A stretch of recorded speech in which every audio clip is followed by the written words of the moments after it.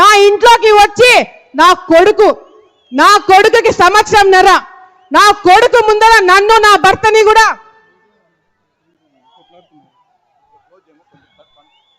అన్న దయచేసి మీడియా మిత్రులకి సహకరించండి. జనాలు అక్కడ కొట్లాడుకోకండి.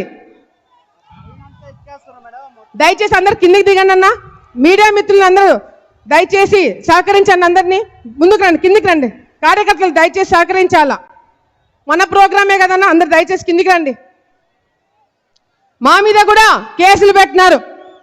నేను తల్లి తండ్రి మేమిద్దరం కూడా జైల్లో ఉంటే నా కొడుకు ఇబ్బంది పడతాడని చెప్పి జడ్జిని అడిగినప్పుడు జడ్జి ప్రతి రోజు గంట సేపు నా కొడుకుతో ఉండడానికి పర్మిషన్ ఇవ్వడం జరిగింది.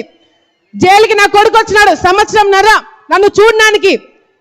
లోపలికి వచ్చినప్పుడు ఆ గంట సేపు ఉండి నా కొడుకుని పోలీసులు తీసుకుపోతుంటే నా కొడుకు ఏడుపు ఇంకా నాకు గుర్తుంది, నా కడుపు కోత ఇంకా నాకు గుర్తుంది.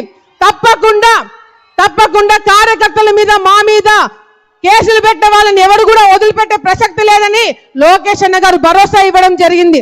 ఇదంతా ఒక ఎత్తు అయితే చంద్రబాబు నాయుడు గారి మీద అక్రమంగా కేసులు పెట్టి ఆయన్ని అరెస్ట్ చేసేంత ధైర్యం చేశారని ఎవరు కూడా ఊహించలేదు. ఏ నంద్యాల జిల్లాలో అయితే చంద్రబాబు నాయుడు గారి మీద అక్రమంగా కేసులు పెట్టి మీరు అరెస్ట్ చేశారో అదే నంద్యాల జిల్లా నుంచి మీ పతనం మొదలవుతుందని చెప్పి కూడా ఈ సందర్భంగా కార్యకర్తలు అందరి తరపు నుంచి చంద్రబాబు నాయుడు గారికి నేను మాటిస్తున్నాము.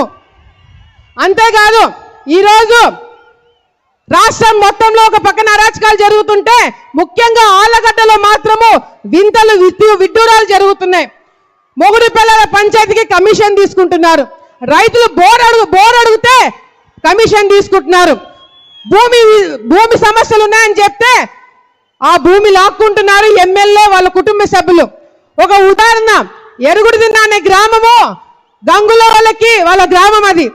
నేను మొన్న ఇంటింటికి వెళ్ళినప్పుడు చండలూరు, మందలూరు, మార్చినేనిపల్లె గ్రామం నుంచి వచ్చిన రైతులు మాకు నీళ్లు కిందికి వదలట్లేదు, ఎరుగుడుదిన్న వాళ్ళు మాకు సహాయం చేయండి అని చెప్పి అడిగినప్పుడు, అందరికీ నీళ్ళు వచ్చినప్పుడు మీ 3 గ్రామాలకు ఎందుకు నీళ్లు రావట్లేదని అడిగినప్పుడు వాళ్ళు చెప్పిన సమాధానం వింటే చాలా బాధగా అనిపించింది. ఎమ్మెల్యే వాళ్ళ అమ్మ ఎరుగుతున్న గ్రామంలో నీళ్లు ఆపేసి ఆ నీళ్లు చెరువులు నింపి దాంట్లో చేపలు పడుతున్నారంట. ఎమ్మెల్యే వాళ్ళ అమ్మ చేపలు పడుతుందంట.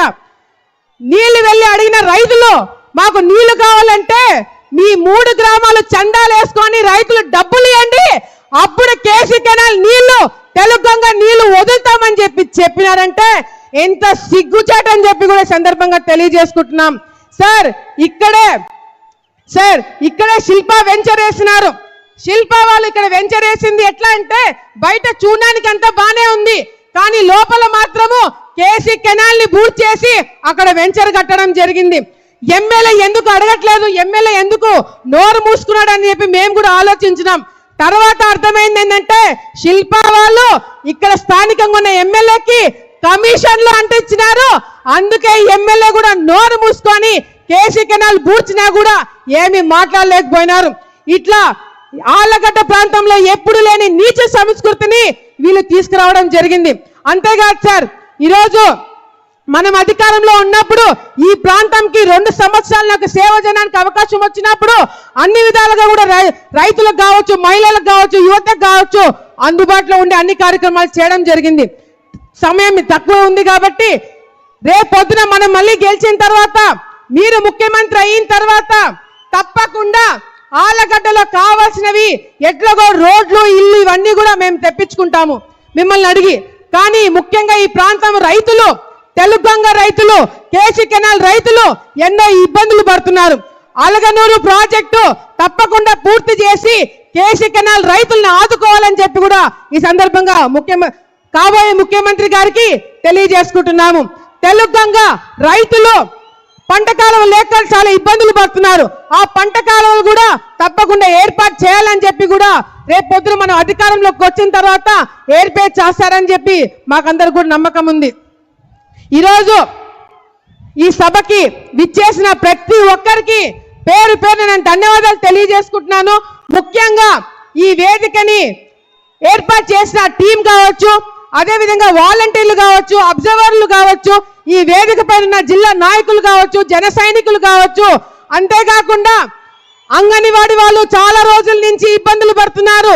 తప్పకుండా చంద్రబాబు నాయుడు గారు మాట్లాడుతున్నప్పుడు మీకు భరోసా ఇస్తారని చెప్పి కూడా తెలియజేసుకుంటూ ఈ సభకి విచ్చేసిన ప్రతి ఒక్క కార్యకర్తకి పేరు పేరున నేను ధన్యవాదాలు తెలియజేసుకుంటూ, ముఖ్యంగా లోకేష్ అన్న గారికి కూడా నేను ధన్యవాదాలు తెలియజేసుకోవాలా.